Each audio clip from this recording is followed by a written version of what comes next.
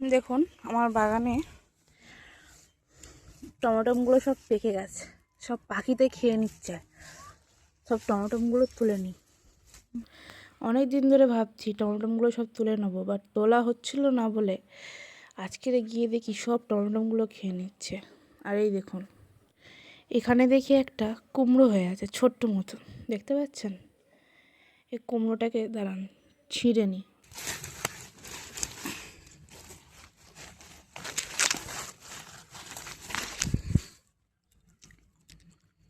দেখতেই পাচ্ছেন ছোট্ট মতন, এটা আর হবে না।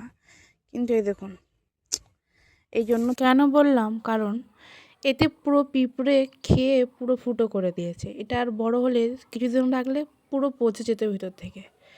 তাই ভাবলাম পচার থেকে এরকমই খেয়ে নিই। আর এই ডালটা দেখতে পাচ্ছেন একদম ছোট্ট গাছ, দেখেন ছোট্ট গাছে ওইটুকুনি গাছেই হয়েছে, তাও একটা হয়েছে আর হয়। তাহলে চলুন এবার টমেটোগুলো সব কটা তুলে নিই, রেখে আর কোনো লাভ নেই। সেই পাখিতে সব খেয়ে নষ্ট করে দিচ্ছে। আর কি বলবো বলুন, খাক, সবাই মিলে খাক। আর এইটুকুনি জায়গার মধ্যেই হয়েছে। আর জঙ্গলগুলো দেখছেন, এখানে কিন্তু অনেক গাছ দিয়েছিলাম, সেই সব গাছ সব মারা গেছে।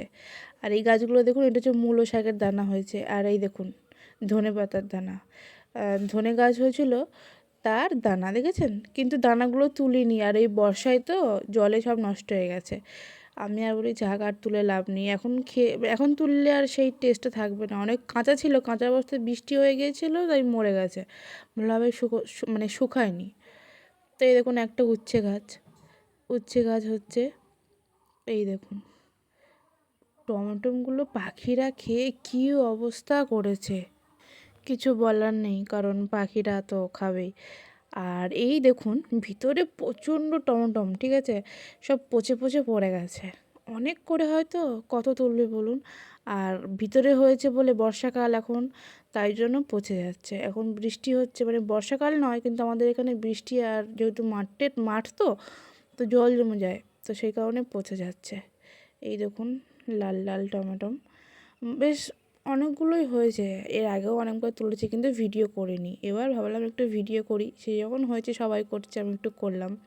থালকুনি পাতা দেখছেন, সবসময় কিন্তু হয় না। এই যে বৃষ্টিটা হচ্ছে, এই মাটি ভিজে থাকলে থালকুনি পাতা হয়। তা ভাবলাম কটা থালকুনি পাতা তুলে নিয়ে যায়।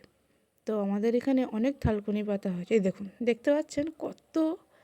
এই থালকুনি পাতাগুলো এক একটা করে তুলতে তুলতে অনেক সময় লাগবে। তাই ভাবলাম ওরকম না তুলে একেবারে গোড়া ধরে তুলে আনি, এনে এক একটা করে ঘরে বেছে নেবো, কারণ পুরো জঙ্গল তো, জোক টোক ওখানে থাকে খুব। তাই ভাবলাম পুরোটা সব তুলে নিই, কারণ ঘরে এসে বাঁচবো, তাহলেই হবে। তাড়াহুড়ো করে সব থালকুনি পাতাগুলো তুলে নিই, ঘরে গিয়েই পরিষ্কার করব। এই দেখুন আমার সব তোলা হয়ে গেছে। একটা ছোট্ট মতন কুমড়ো পেয়েছি, কিছুটা টমেটো, বাদ বাকি অনেক টমেটো ছিল সব ফেলে দিয়েছি, সব আর খাওয়ার যোগ্য ছিল না। আর এই কটা থালকুনি পাতা। এবার ঘরে যাই, চলুন এবার ঘরে চলে আসি। ঘরে চলে এসে আমার কিন্তু আগে প্রথম কাজটা হচ্ছে কুমড়োটা কেটে দেখার, কারণ যেহেতু ফুটো ছিল, যে ভিতরে পুরো পচে গেছে না ঠিক আছে দেখি। এই কুমড়োটা কেটে নিলাম, না না ভালো আছে, কিন্তু কাঁচা, মানে স্বাভাবিক কাঁচাই হবে, অনেকটা ছোট, কিন্তু ভালো আছে, খারাপ নেই।